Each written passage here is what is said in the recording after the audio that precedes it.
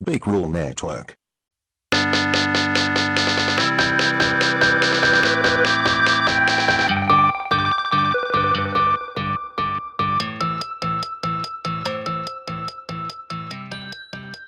और मुझे क्या लगता है आजकल जो आरक्षण का मुद्दा चल रहा है वो सही है या गलत है? भाई आरक्षण तो बिल्कुल ही गलत है कि जो भी अगर बंदा को रखता है कैपेबिलिटी रखता है जॉब किसी को मिलना चाहिए फिर करता है। कुछ नहीं है भाई, ये सब नेता मंत्रियों का वोट पाने का तरीका है। ये भी जिसे हाथी पटेल ने आरक्षण का मुद्दा उठाया तो ये बिल्कुल गलत है सारा जो मतलब नहीं, तो इसमें उसकी भी कोई गलती नहीं। अगर एक पर्टिकुलर कम्युनिटी को आप उस लेवल पे नहीं जाने दे रहे हैं और किसी पर्टिकुलर कम्युनिटी या तो दो ही मान, मैं तो ये आरक्षण दो ही मान, मैं तो ये बोलता हूँ और अगर देते हो आरक्षण, मेरा पूछना ये है कि आरक्षण SC ST के अमीरों के लिए, ये जनरल कैटेगरी के गरीबों के लिए हाँ, है। ये मैं भी जानना चाहता हूँ आरक्षण किसके लिए है? पहले की बातें होती थी जब कम्युनिटी को माना जाता था, इन लोगों को नीचे तबके का लोग समझा जाता था, लेकिन आज ऐसा कुछ भी नहीं है। आज सब बराबर हैं, तो फिर किस बात का आरक्षण? सबको एक सभी को एक ही शिक्षा मिल रही है। हाँ, या तो ये करना चाहिए कि सभी को जनरल कर देना चाहिए, तो जिसमें कैपेबिलिटी होगी वो जॉब लेगा। आरक्षण अपनी योग्यता के हिसाब से आप लोगों आपको को जॉब उनका स्थान नहीं मिल पा रहा है। नहीं, मेरा कहने का मतलब है कि ठीक है, आप सही कर रहे हो किसी पर्टिकुलर कम्युनिटी को उठाने के लिए आप उन्हें कोटा दे रहे हो, लेकिन वो भी पर्टिकुलर कम्युनिटी ऐसा नहीं है कि सभी गरीब हैं। आप देखो, उनका सर्वे करो, फिर दो, वो बात समझ में आती है। और पढ़ाई पे तो आप दो ही, क्योंकि कोई काबिलियत से कुछ नहीं करता है तो उससे 10 लोगों का भला होता है, तो 10 लोगों की ज़िंदगियाँ जुड़ी हुई है। अगर एक कलेक्टर कोई बनता है वो ज़िले को संभाल रहा है, उसके फैसले ऐसे होने चाहिए कि वो एक पूरे समाज के हित के लिए, ना कि किसी पर्टिकुलर कम्युनिटी के लिए। क्यों ना हम अपने इस आइडिया को और लोगों तक भी फैलाएं। हो सकता है, तो अपन ये आजकल तो ये सभी जानते हैं कि आरक्षण गलत है, लेकिन कुछ लोग जो वोट पाने की, वोट बैंक की राजनीति करते हैं, अपन एक उनके सर्वे लिए ये एक करते अच्छी हैं, चीज़ है। अपन एक सर्वे करते हैं और लोगों से आरक्षण के बारे में पूछें। तो मैं तो ये मानना चाहता हूँ कि ये आरक्षण की जो राजनीति है तो नेतागिरी है साफ साफ। आज देखो, हार्दिक पटेल ने आरक्षण का मुद्दा उठाया था, आज वो नेता बन गया और बीजेपी के खिलाफ आज वो सही है, उसका मोटिव यही था उसका। उससे आरक्षण में मतलब नहीं है। हाँ, कि कोई और भी इन एक जैसे मुद्दा- लोगों को देख के ही हमारे हाँ, आगे के आगे युवा बढ़े। पीढ़ी भी यही चीज़ करने की कोशिश करेंगे, जो कि बहुत गलत है। तो चलो अपन इस मुद्दे को और उठाते हैं, जन जन तक और कुछ लोगों से इसी के संबंध में बातें करते हैं। चल आते हैं। नमस्कार। आरक्षण के मुद्दे पर जो हमने पहला पार्ट बनाया था, ये उसका दूसरा पार्ट है। आज की संगोष्ठी में हमारे साथ हैं संजीव यादव, गौरव साहू और ऋषभ मिश्रा। हमने जो आरक्षण के मुद्दों पे बात छेड़ी थी, उसको हमने जब नेट पे डाला तो उसकी बहुत ही मिली प्रतिक्रिया मिली हमें। तो आज हम उसी मुद्दे को आगे बढ़ाते हुए इसके संबंध में श्री संजीव यादव जी से कुछ चर्चाएं करेंगे। तो संजीव जी, क्या लगता है आपको कि ये जो मुद्दा लोग उठा रहे हैं आरक्षण, वैसे तो नई पीढ़ी जो है वो तो आरक्षण के खिलाफ लग रही है, वो कह रही है कि आरक्षण हमें चाहिए नहीं, या फिर दें तो सभी को बराबर दें। तो आपका क्या कहना है इस विषय में? देखो, जहाँ तक ये आरक्षण की बात है, ये तो हर पार्टी अपनी अपनी राजनीति करती है जी सभी जी। इसमें सभी यंग लड़के अपनी अपनी नेतागिरी करने के लिए ये सब आरक्षण के मुद्दा उठाते हैं और बाद में नेता बन जाते हैं। तो हाईलाइट करते हैं आरक्षण तो बिल्कुल गलत है, सभी को एक समान सरकार को वो देना चाहिए आरक्षण। तो गौरव जी, आप ये बताइए कि किन पॉइंटों के आधार पर अपन ये कह सकते हैं कि ये आरक्षण ना मिले या नहीं देना चाहिए? पॉइंट्स तो बहुत सारे हैं, जैसे कि अभी मैं आपको एक जेन्युइन न्यूज़ बताता हूँ कि अगर हम किसी को एग्ज़ाम में क्वालिफाई करना है, हमें हम नॉर्मल SI की बात कर ले, अगर हम सब इंस्पेक्टर का एग्ज़ाम देते हैं तो जनरल कैंडिडेट को वहाँ पे 150 अबव मार्क्स चाहिए क्वालिफाई करने के लिए, वहीं SC ST को 100 से भी कम मार्क्स चाहिए।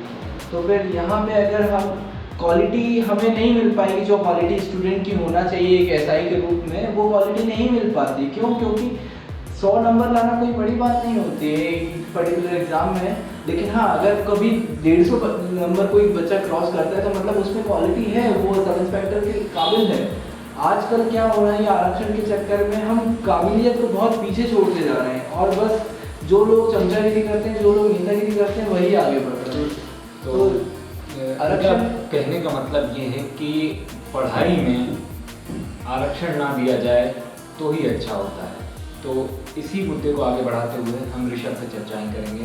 ऋषभ क्या कहना चाहेंगे आप? देखिए, मेरा मानना तो ये है कि हमें छात्रों की प्रतिभाओं के हिसाब से उन्हें जज करना चाहिए, ना कि हमें किसी कैटेगरी या तो आरक्षण के उससे लेके करना चाहिए।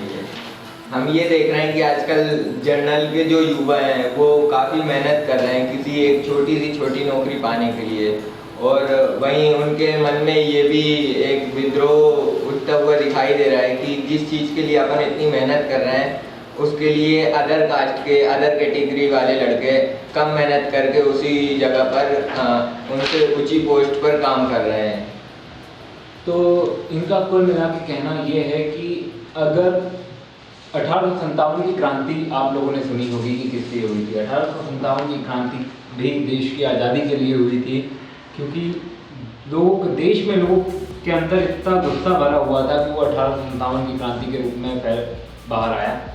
और इसी तरह लगता है 2015 में भी आरक्षण के मुद्दे पे भी ऐसा ही कुछ होने वाला है। जैसे हार्दिक पटेल जी ने किया, उन्होंने एक पर्टिकुलर कमेटी बना के किया तो वो सबके विपक्ष में आ गए, क्योंकि किसी भी कम्युनिटी को एक अलग दर्जा या एक अलग, अगर आप अपने संविधान में ये लिखा है कि सभी कम्युनिटी समान है, सब लोग बराबर हैं, तो जात धर्म के नाम पे किसी को भी आरक्षण देना गलत है। तो इसी चर्चा को आगे बढ़ाते हुए हम कुछ अपने मेहमानों से कुछ सवाल पूछेंगे और इनका ये जवाब देंगे। तो आपको क्या लगता है कि मान लीजिए आप एक पर्टिकुलर कम्युनिटी से बिलोंग करते हैं, अगर हम आपकी कम्युनिटी को आरक्षण दे देते हैं, मान लीजिए ST SC के बराबर ही दे देते हैं, तो क्या जनरल वालों को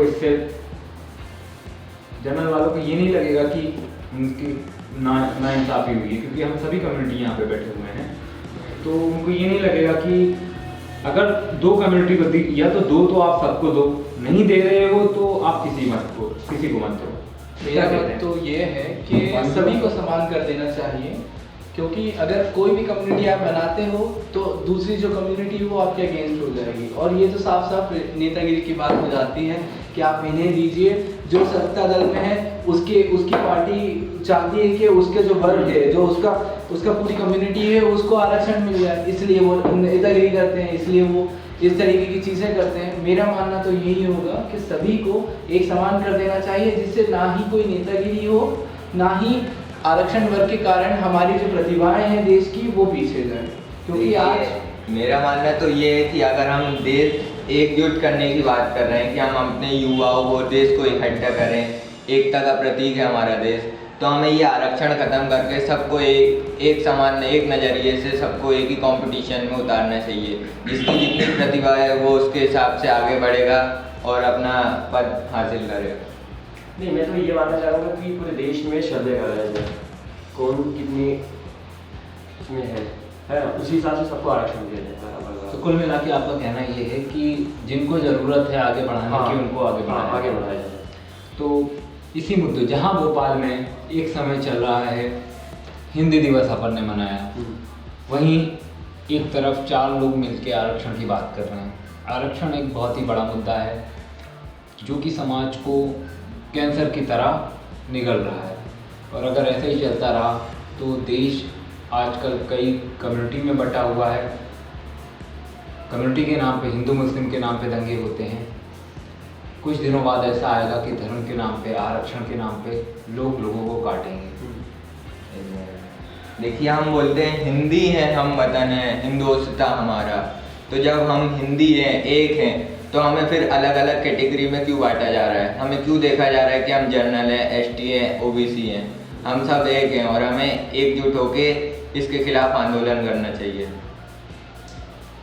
देश के संविधान में भी ये कहा गया है कि संविधान में जो अनुच्छेद है उसमें भी लिखा गया है कि सभी लोग समान हैं, सभी लोगों को समान अधिकार प्राप्त हैं, सभी लोगों को एक ही चीज़ के सामने हैं जिसे कहते हैं देश का संविधान, और वो सबसे बड़ा है। तो हमें संविधान में ऐसे प्रावधान देने चाहिए कि आरक्षण को बंद करके और प्रतिभाओं को सामने लाएं, जिससे देश तरक्की कर सके और प्रगतिशील देशों से हटके प्रगतिशील देश बन सके। धन्यवाद।